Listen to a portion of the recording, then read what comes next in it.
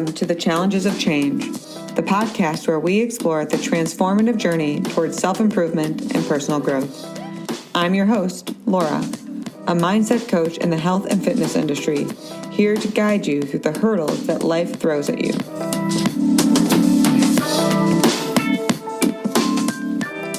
In each episode, we'll delve into practical strategies and insightful discussions to help you manage stress, regulate your emotions, upgrade your mindset, and ultimately reclaim your sense of worth. I'm thrilled to have you join me on this journey of change, challenges, and self-discovery.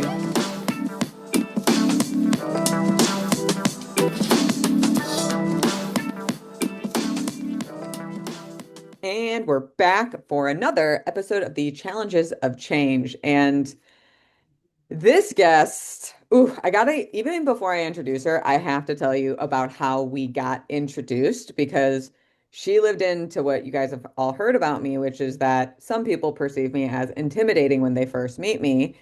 And when my guest, Tara, hint, that's her name, got on the podcast I do with Alicia, which is Therapy is Dope, she was focused on Alicia because Alicia's body language and just energy is much more goofy and friendly, and I tend to come off, as you guys know, as intimidating. And then as we talked, things just kind of naturally flowed. And after the podcast, I reached out to Tara because she is amazing, my people. And she was surprised. And since then, we have had so many conversations that just flow and vibe and just really connect. So you're getting to see living proof of someone who thought I sucked and turns out I didn't suck. And you get to hear so much about the gifts she is giving to the world. So I couldn't be more thrilled to introduce my guest, Tara Wiskow. Welcome. Oh, thank you so much, Laura. I'm so excited to be here, and I love that you lead and open with that story because it really is one of my favorite to think about every time you pop into my head. And also makes me so happy that I've learned to not judge a book by its cover. I Mm, remember hearing that so young and not really connecting with the meaning of it. mm, And as I've aged and as I've grown and as I've evolved as a woman, I mm, judge. Like when you first look at me, you would think XYZ based on how I look today. And it doesn't really give you a clear understanding of where I've come and mm, where what I've went through to get here, right? And so I'm grateful that I've yeah. learned to go deeper and allow things to just evolve.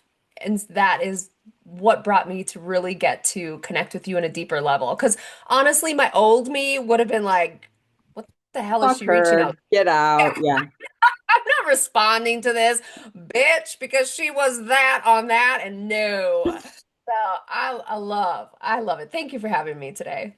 It truly is my honor because I mean, just what you said, go deeper and evolve. Like the experience of what you're about to share with us, um, opened your eyes to what you might have been missing by making those snap judgments. I had to walk through the same truth door myself, and I'm really grateful, similarly, that I did because I get blessings like you in my life. So why don't you tell the audience a little bit more about what makes you you, what they wouldn't see if they just looked at you, and kind of the impact that you're having in the world and fighting for?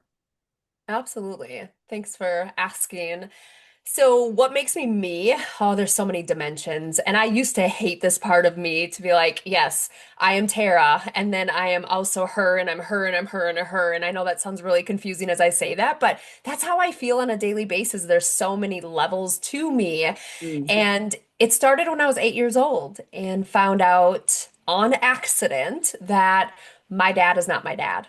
And all of a sudden, in a split second, he became my stepdad. And I discovered that I had a biological dad that lived elsewhere and hadn't wanted me. And in that moment, I started to shift identity. Well, I shouldn't say in that moment. Days that led from that moment mm, caused me to begin to shift my identity, to put on masks, to be who I thought I had to be in order to be accepted, to be loved, to be wanted. And that continued into every area of my life, into my friends groups, into my relationships, into every career that I had was constantly me checking in and asking, who do I have to be in order for them to like me, which is also why I was triggered when I thought you didn't like me when I Yeah. first met you, because I instantly, Laura, wanted to put the mask on.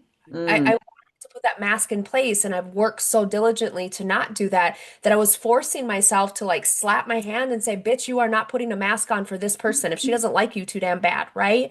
my loss. Yeah, yeah, right. And Yeah. so thank you for that.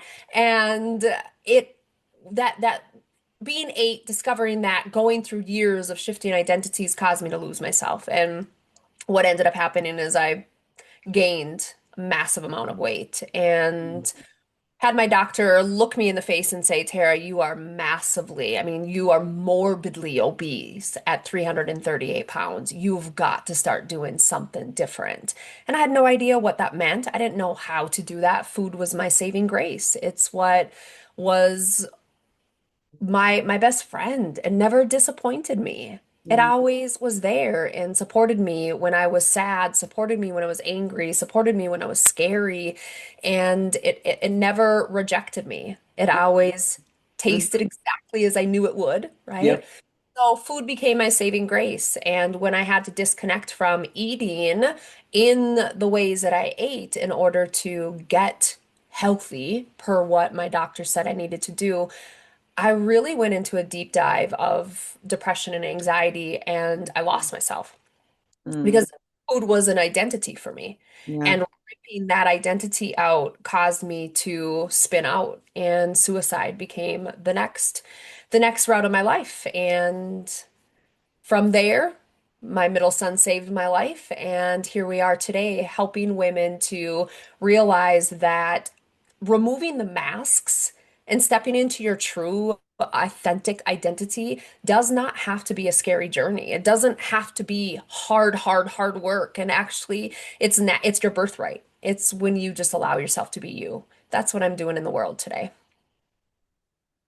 Poetry, I kind of want to cry. I mean, everything in between. Like, if you're only listening and you can't see this beautiful woman who is fit as fuck sitting across from me on the screen, you might not believe that that has been her journey. But I mean, so beautifully said with like the relationship with food. So many people I know, you know, we've both used that as old reliable, the consistent thing in our lives that would make us feel better when we didn't know how to feel better.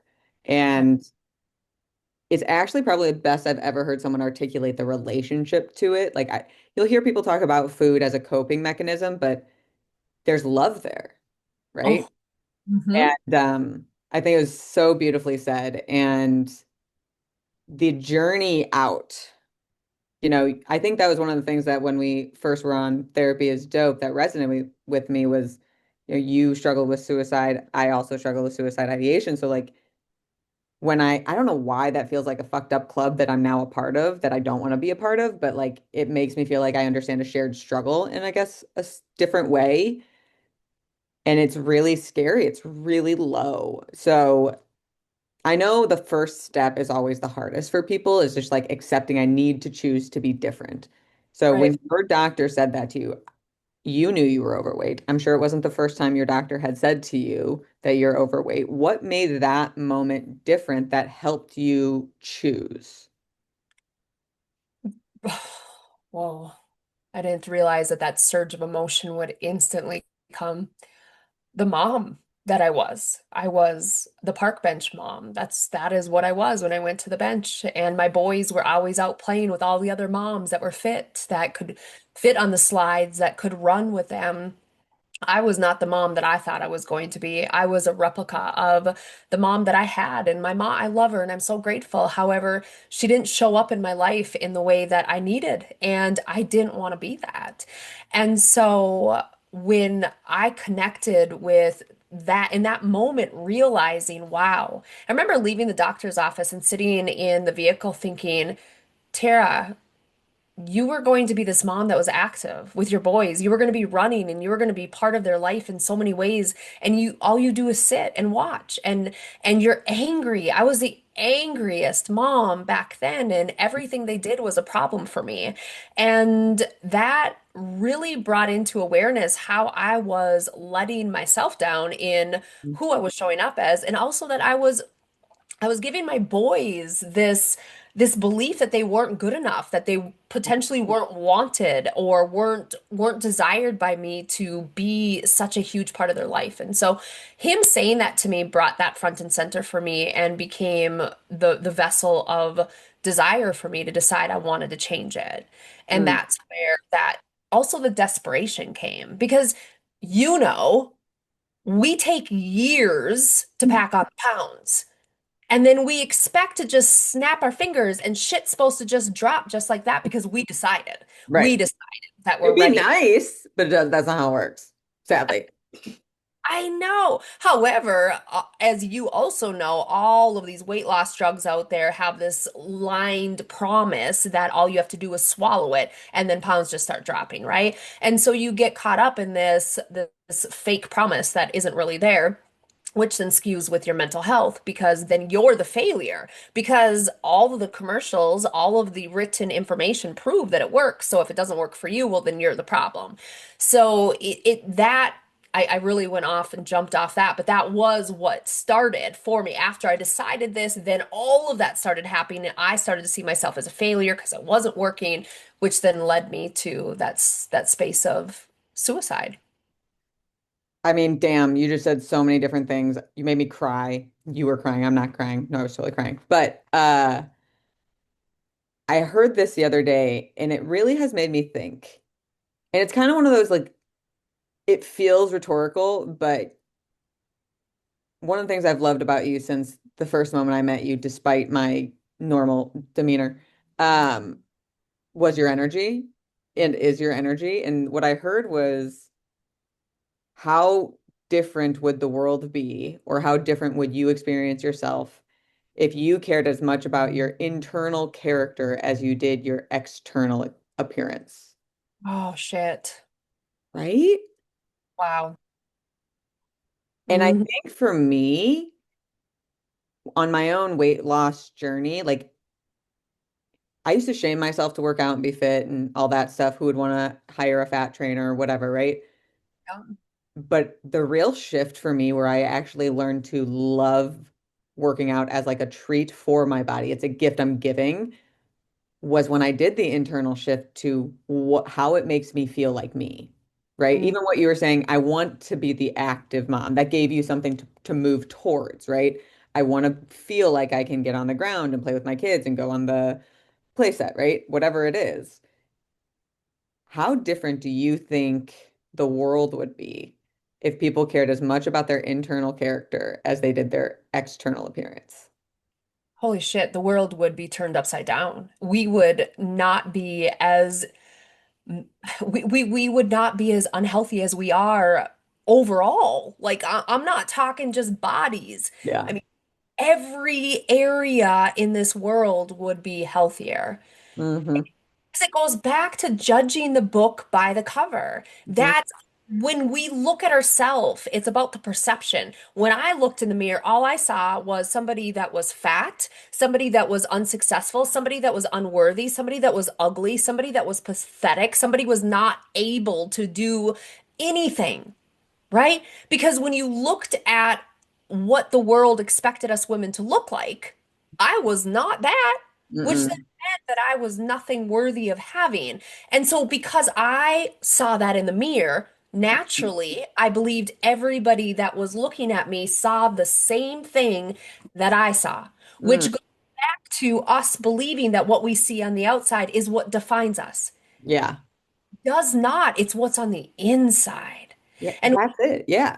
We define ourselves based on our own insight. I think the challenge is so many people don't know what's really going on their inside. They're so scared to actually look inside themselves to see why are they eating? Why are they overworking? Why do they feel like they need to people please or minimize themselves or gaslight? Like, why do we disregard ourselves the way we disregard ourselves? Well, the answers are inside, not outside, but And it's it's scary. it is scary, and it's also not taught. We're not Oh, taught to actually go in and ask ourselves, what are these feelings that we're feeling? We're told these emotions, they're not necessary. They take up time. They are taking you away from doing the good work that you need to be doing. Did you get your math assignment done today? Well, if you didn't, then quit crying and get this shit done because it needs to be turned in by tomorrow. yeah. Like, right? We're constantly told that we need to numb ourselves. And I talk about this in my signature talk, Bitchin, which is BTCHYN, by the way, for Be the Change You Need. All that. I talk about how we as women, when we believe that we're being rejected, which is a huge fear for us women, rejection and abandonment, and that goes back hundreds of years when women were being burned at the stake, right? When that moment where we feel like us being our true self, we're thinking that we're not being liked, loved, or wanted in that moment, our safety is rocked. And so then we start to numb ourselves. We start to quiet ourselves. We start to shrink ourselves. And that's us telling ourselves, put yourself in a goddamn bubble and stay there and stop feeling the emotions that you're feeling because that's a waste of time and I don't have time for it. Yeah.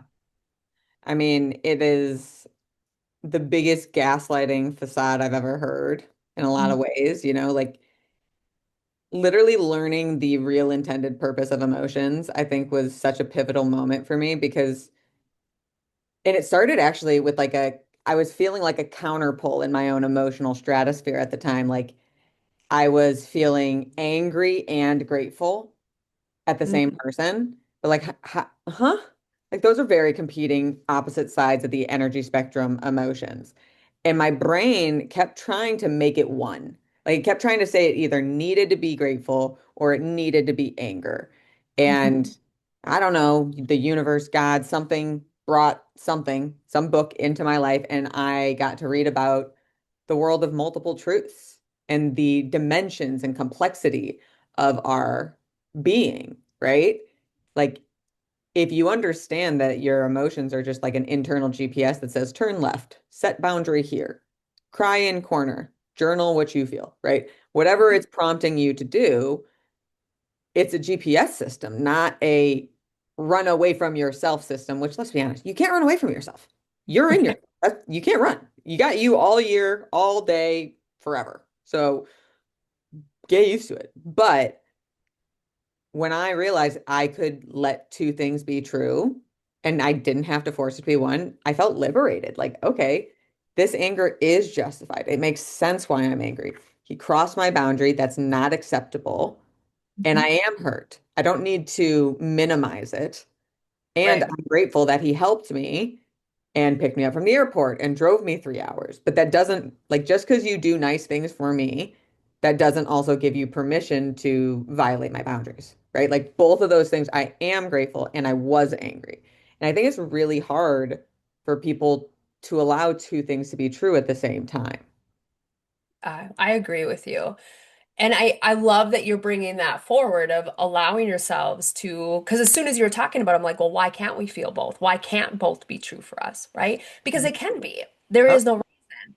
However, we've been conditioned to believe it's one or the other. If you, right? If you think about that, even in the emotions, you can feel happy or you can feel sad. I'm going to give you a choice. Which one are you choosing? And so we've been conditioned to believe that it has to be one or the other. And what we're finding in research, and as we're being allowed to slide into the feminine and be the emotion and become aware of the emotion, understand why the emotion's there and what we can learn from it, we're realizing that we have a whole level of layered emotions that come in at the same time and we feel them at the same time. And it's beautiful. It's yeah, beautiful. You can allow yourself to cycle through it and be, I mean, you feel a little batshit crazy for a little bit, but for there's also sure. that too, Yeah, right? the crazy stage is real, man. The crazy stage is real, real, real. Like That's I why literally tell clients, like there is a bipolar phase where you're like, this is what I want to do, but I don't want to do this, but this feels natural, but that feels uncomfortable. I'm supposed to go this way. And I'm like, you're gonna feel insane. It means you're in the cross section of the neural patterns, like becoming what's normal for you. It's a yeah. stage. When you get there, it means you've made great progress. And that's Yeah. just how I tell them ahead of time. So when they get there, they're not like, I'm losing my shit because I'm coaching with Laura, right? That would be a terrible reputation. Instead, it's, oh, she warned me that I would feel like a cuckoo bird. Here it is.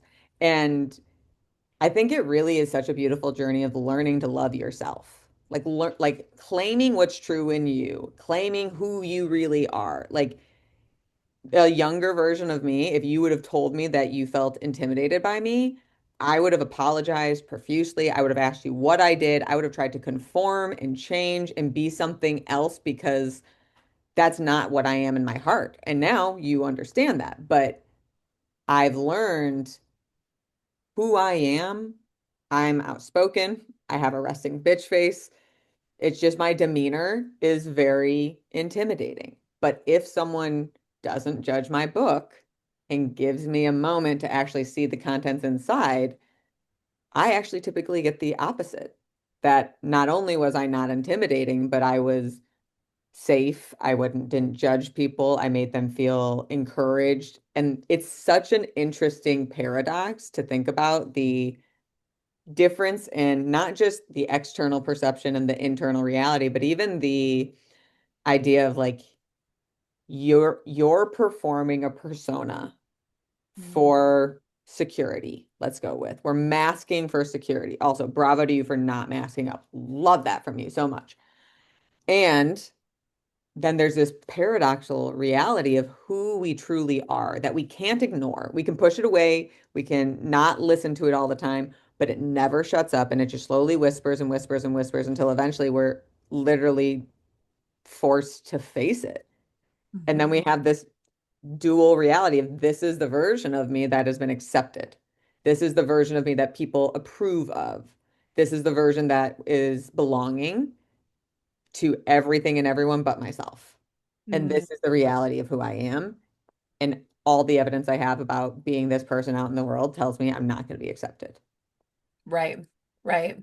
So, for those people who are kind of stuck on the hamster wheel of being everything for everyone else, for who are conforming, who are being the chameleon, who just kind of want to be themselves, Mhm. what would you tell them is a first step? Mm. So funny. Now I understand why this morning I was being like channeled this message of people pleasing being a life sentence. Like they kept coming to me. You need to talk about that people pleasing's a life sentence. And I kept thinking, well, this is not what I was going to talk about on content today, but okay. So now I understand. To anybody and everybody that believes that you have to continue to show up and please anybody in your life in order to be accepted, this is a trauma response. We have four different trauma responses: fight, flight, freeze, or fawn.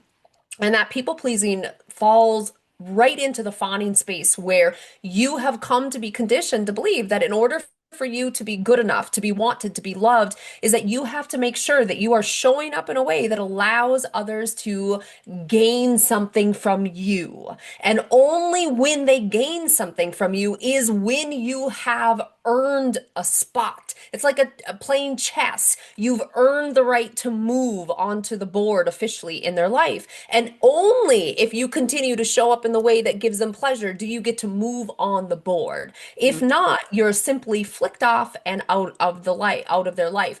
right. Being aware that that is really why. That's why you feel like you have to please everybody every day, all in all ways, is the fact that you are in this belief mode or conditioned to believe that you have to earn your place in their life. Mm, When you become aware of that, like Laura, honestly, just sitting there, when I first was told that and I allowed that to like sink into me, it made me instantly want to no longer do that because I thought, who am I to believe that I have to be a chess piece? That that's all I am and that I can't be myself? Like, who am I to think that? And who is it that in everybody else in my life that's allowing this? Who are they to think that they can have that control over me? Like, instantly, that awareness opened me up to realize that I'm allowing myself to stay stuck.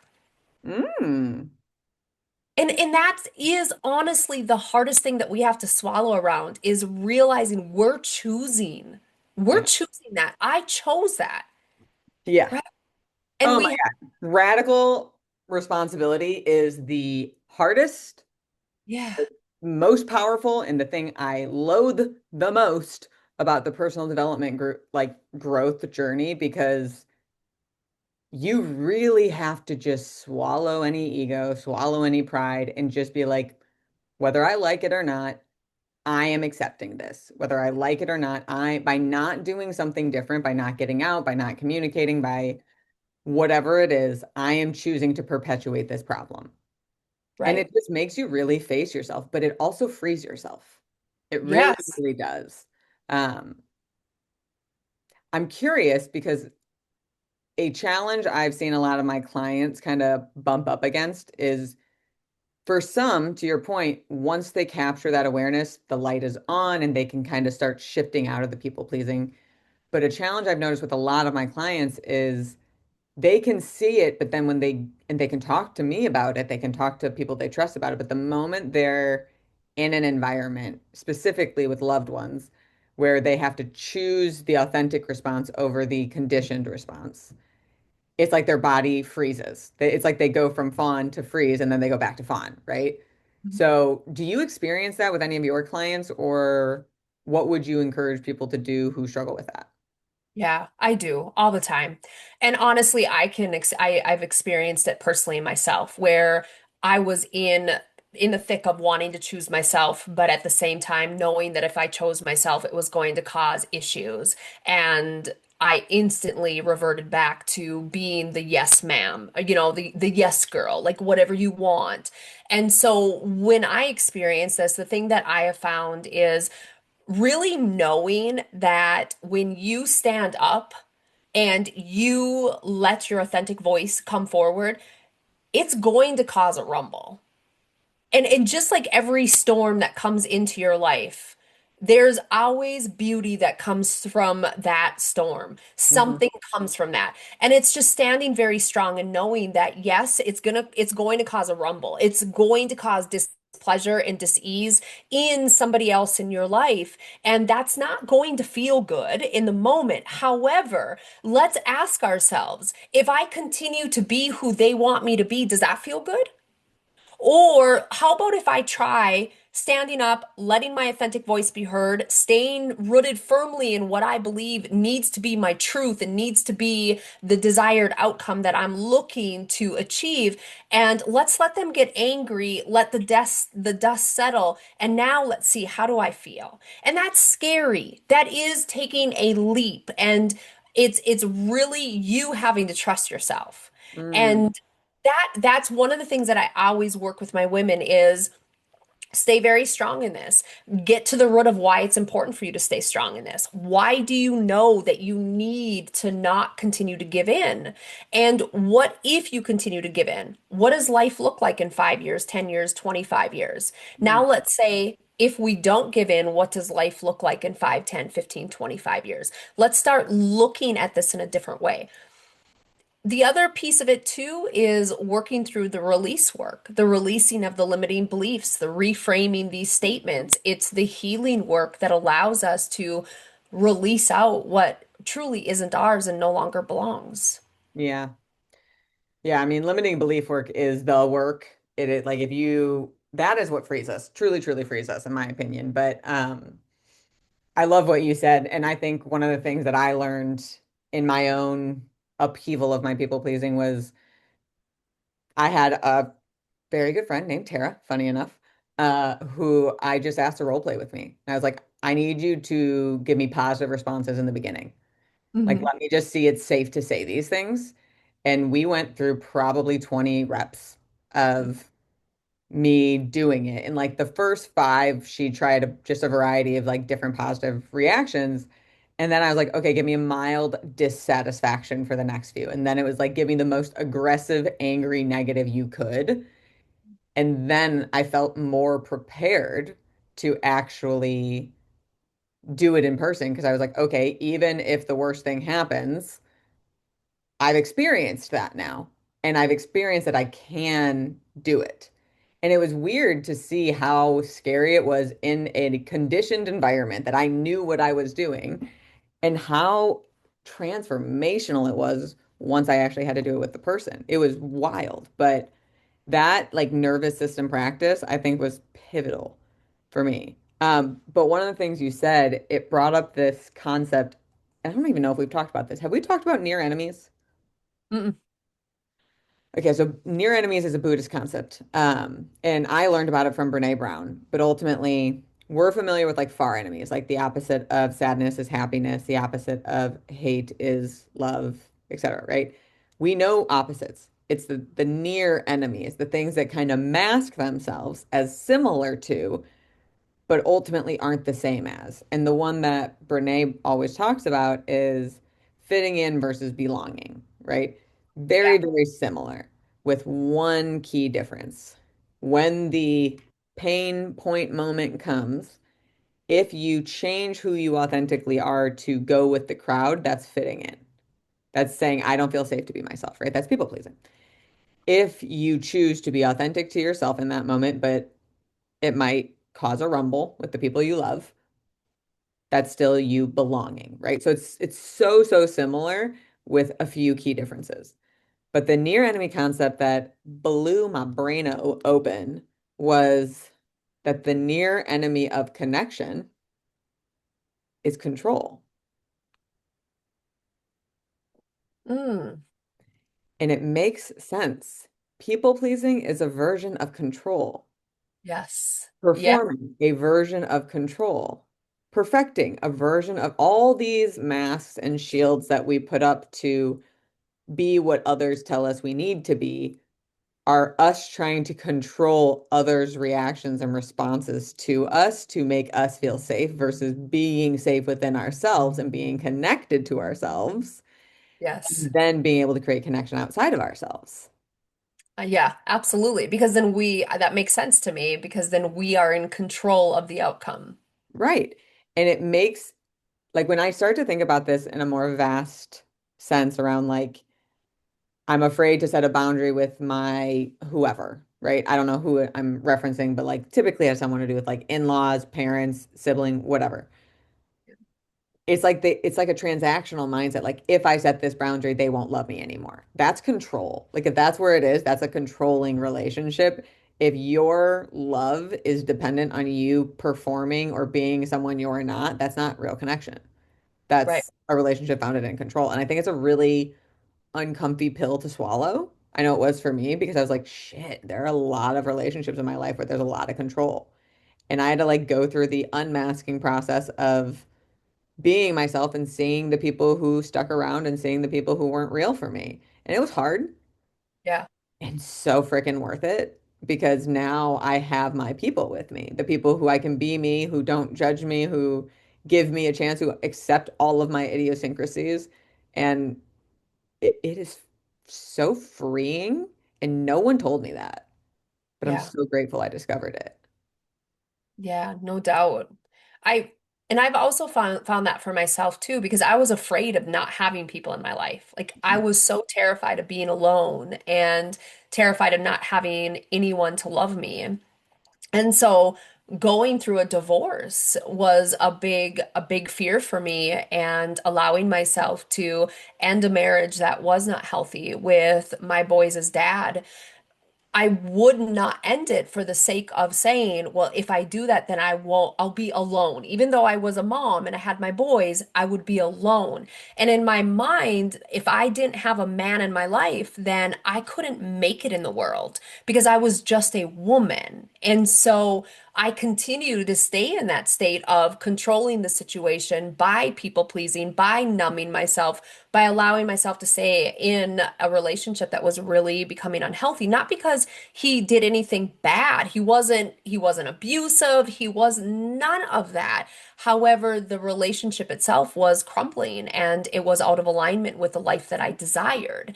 And so for me to become the woman that I wanted to be, to lose the weight, to become empowered, to chase my dreams, I had to end a marriage that was connected to a man that was okay with life as it was. He didn't see a need to change it. He didn't feel like weight loss was important. He didn't think that there was anything wrong with life as it was. And I was in the other spectrum of it. completely knowing that everything about it was wrong, that I wasn't living the life that I was meant to.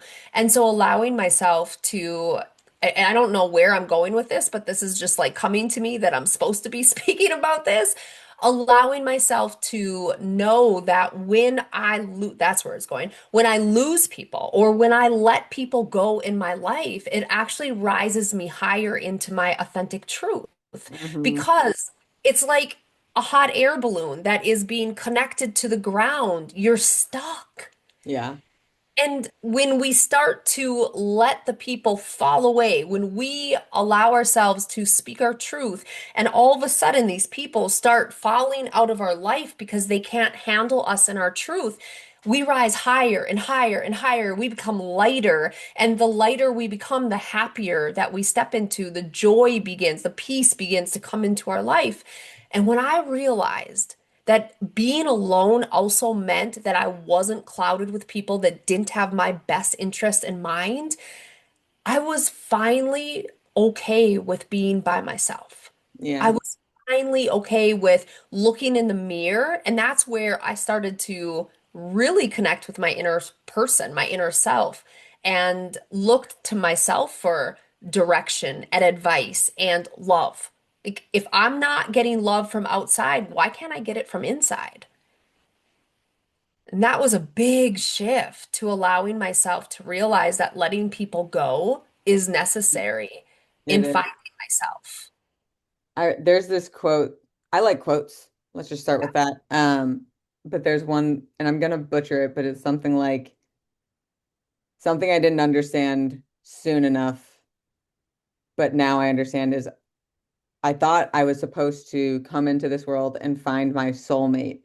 And as I've lived this life, I've realized my purpose isn't to find my soulmate, but to become the love of my life because I'm the only person I experience life with forever.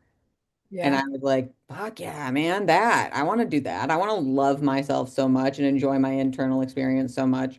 And it's interesting. Like one of the key aspects for me in like identity shifting, right, was drinking. Like I Mm, used to party like the best of them, and most people who knew me as someone who drank a lot and enjoyed that. And when I went through my transformation, for lack of better terms, I just realized like it didn't make me feel good. Like I really was doing it to escape, to fit in. It wasn't something my system enjoyed. And it wasn't just like your standard hangover. Like first off, yes, I had like weird intolerances, but even beyond that, like how I felt about me after I drank, even if I had like two glasses of wine, like it just wasn't who I wanted to be. And it was interesting when I had to stop drinking, how many people made it about them and how I was now judging them because I wasn't drinking. And I'm like, I mhm, don't give a shit what you do. I just don't want to do it. Um, and how othered I felt. And it was really lonely. And it was something I definitely had to work through of like the types of environments I wanted to be in. And I genuinely have no problem with people who are drinking. mhm, But it is interesting. I almost wish I had the excuse of I'm an alcoholic to make because people accept, oh, they don't drink, they had a problem. But if I just don't want to drink, what do you mean? Like there's something more wrong with me because I just don't want to drink, right? And it's interesting how judgmental people are of your personal choices to live your life your way. Like, why do you care? yeah. Why do you care what makes me feel like me? Why do you care what makes me happy? How does me not drinking or drinking make you more or less or better or worse because you are? Like it doesn't even make sense to me anymore.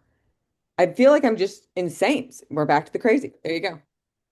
Well, and it's the same with food. When you decide, like when I was 338 pounds, I decided I was not going to eat. And I quit drinking too and had the same experience. And I quit for a different reason, which I'll share. Well, I don't really know your reason. It doesn't matter, but I'll share my reasoning. But when I decided that I was going to start losing weight, right away, I made people in my life feel uncomfortable because I was choosing to better myself. And what I found and I know that you'll resonate with this, is that when you choose to better yourself, instantly the people in your life that don't want to do the work, Hmm. they feel squeezed and Hmm. they feel like, well, if she's doing the work, then I have to do the work and I don't want to do the work. So then they go about trying to make you feel guilty, feeling like you're doing something wrong in order to get you to fall back into the groove of being you. And then they're not uncomfortable anymore Yeah. because it's fully making them uncomfortable about their choices. They start to reflect, they start to look, and you also start to shine brighter. You look happier, you begin to live differently, and things start happening for you that they wish they could have, and they're not ready yet to bring it in. So, the easiest thing for them to do is because misery loves company, is to bring you back into that state of misery. In Mm. drinking piece, I realized, and it wasn't until I stepped into my spiritual, like I've always been spiritual, but when I allowed myself to step into it and embody it, I realized the only reason I drank was so that I could speak my truth. Like it was my truth serum. And I didn't connect with it until my husband is like, "Oh, you want to talk about something? Well, you better drink so that you can really talk about it." And I was like, yeah, I went along with this. Yeah, that'd be better. Like if I then I can just relax into it and speak it. What the fuck? Why do I need tequila to let me speak my truth when I can just say what I want right here, right now? Yeah, what the fuck, right? I mean, so funny and so true for so many people to find that courage, liquid courage, they call it, uh, Yeah. just say what's real. I mean, for me, honestly, it was just I didn't like how I felt. Like I didn't like who I was and I didn't like how I felt. People enjoyed me, I didn't. And I think the main transition was when I drank and partied the way I did, I didn't know me nor like me. So me feeling like shit made no difference because that was just my known state. But when I went on my journey and I like learned who I was and I actually started to like myself, I actually lost something for the first time when I would drink, which Mm. was enjoyment of who I was. Like when I drank, my nicknames were Hurricane because I was a destruction zone, no idea where I was going to go, what I was going to do, and Bob for blacked out bitch. So like the alcohol wasn't my friend. It wasn't who I wanted to be. And it's just you're 100% right around the co-misery component. And I remember the therapist that like kind of highlighted it for me, but at the core of so many components of what we talked about today, identity change, the different dimensions of ourselves, choosing radical acceptance and radical responsibility, people pleasing is courage. Mm. Like Hmm. this journey takes courage. It And does. I think there's a key highlight component. I always plug this in because when people think about courage, they tend to think of it like with nobility. Like we think of soldiers who are courageous, and we think of that with like some high esteem, rightfully so. But the experience of being courageous, the person who's actually acting with courage, their experience is fear, not courage. It's Mm-mm. them seeing in hindsight or others seeing from the outside that they're being courageous, but the actual experience of courage is fear. Because every step of my journey was, I have no idea what's going to happen. And I just have to like I couldn't deny myself of it anymore. Like it kept getting louder and louder, like move, go, forward, forward, stop trying to stay back here. And eventually it pushed me before I even had the opportunity to jump. And like it just takes immense courage to say, I don't care what I might lose, I'm worth fighting for. Absolutely. And I believe, like, I love that. I love the word courage. I have a love-hate with it because I feel like if we drop into it and we feel like we don't have the courage to do it, then we instantly retreat back. Mm. And I have found that whether I have the courage or not, it doesn't matter. If I know that what's happening in my life right now, I can't continue to do it. I don't fucking care if I have the courage because I have to move and I have to do something. And you know what's going to happen? The first time I take the step, my legs are going to shake like hell. I'm going to be Mhm. pretty sure I'm going to wet myself. I'm going to take Mhm. the second step and the third. And by the time I get to the sixth step, all of a sudden I've got the courage. But courage is never the leading force. Desire and willingness. If you've got a desire to take the first steps and a willingness to do whatever you need to do to get through it, the courage shows up. But Yeah. we can't wait for the courage to take action. We No, can't. no, no. I actually really like that because one of the things I said to a client today who's preparing to set boundaries with family is I was like, I'm going to close with this. You're never going to feel ready. So don't look for feeling ready. Pay Yeah. attention to when you're noticing that you're willing. When you are willing to try, when you are willing to do it, that is your sign it's time to go. That means you've thought it through, you've processed, you understand, you're willing to trust yourself, you're ready to engage with it. The willingness, that is the first step. So I love that you kind of brought that up. Ugh. See, this is why you just need to live on my podcast forever. But I'm sure all of you listeners understand exactly why I needed you. Tell them about the magic you are putting in the world, where they can find you, everything in between. Well, you can find me obviously on social media as everybody can be, the Facebook, the Instagram, the TikTok. Going to my website is probably the first starting point. That's the easiest. And I'll give you the link so that you'll have it, but it's www.tara, the dash like you'd find in a telephone number, Wiskow.com. And what's the magic that I'm putting into the world? Oh my gosh, I am so excited to be able to say that the second cohort of my 6 month program, She Rises, is absolutely right now. Doors are open until September 22nd. And She Rises is where I take my women through my three-step bitchin' process of unravel, upgrade, and uplevel. Mm, This is the unbecoming. It's the releasing of the limiting beliefs, releasing of the negative emotions, all of this programming that we've lived behind for so many years that we don't realize that we can actually pitch it out. We can get rid of it and clear the slate and start all over again and put ourselves back into control mode. And I love to look at it of like I love traveling, so I love to look at that we actually put ourselves back into the driver's seat of our end destination. mm, Because when we came down to this earth, we had a reason to come here and we lose it because we become disconnected, right? So the unraveling is actually putting you back into the driver's seat of why you came to this earth in human form to begin with.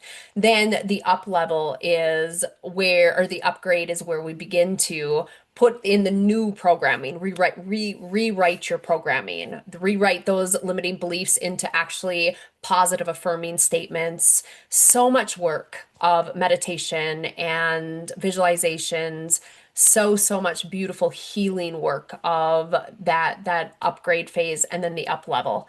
This is that final little like putting the wax on the vehicle when you're done washing it. It's bringing it all home. So my biggest intention and the love that I've gotten to experience already is bringing women home to themselves, mm. where they choose who they are going to be and they show up for themselves every single day. So that's the magic.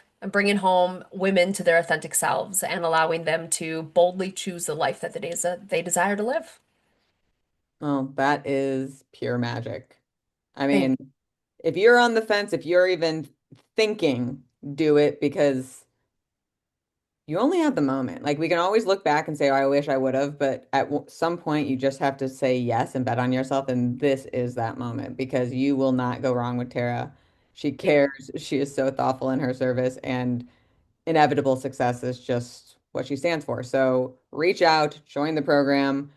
Thank you so much for everything you put in this world, but how you're influencing others and sharing your courageous journey. Because I know when you don't know these things about people, when you just see the book, not Yeah. the contents, it's easy to be like, how the hell did they do it? I can't do it. And it's like, no, no, no. We were messy and we were terrified and it was chaos and we felt crazy. And it's like, oh, wait, I already feel all those things. Perfect. Join us. You know? Right. Right. Yes, be fully supported. Right? We won't throw you to the wolves. We'll just let you join the wolves. Enjoy the wolf pack. Yeah, for sure. But thank you so much. This was such a blessing. I love your energy, and I so look forward to having you back on the podcast sometime soon. Thank you. I look forward to it as well. I love and appreciate you. Thank you for being you. Of course. Until next time.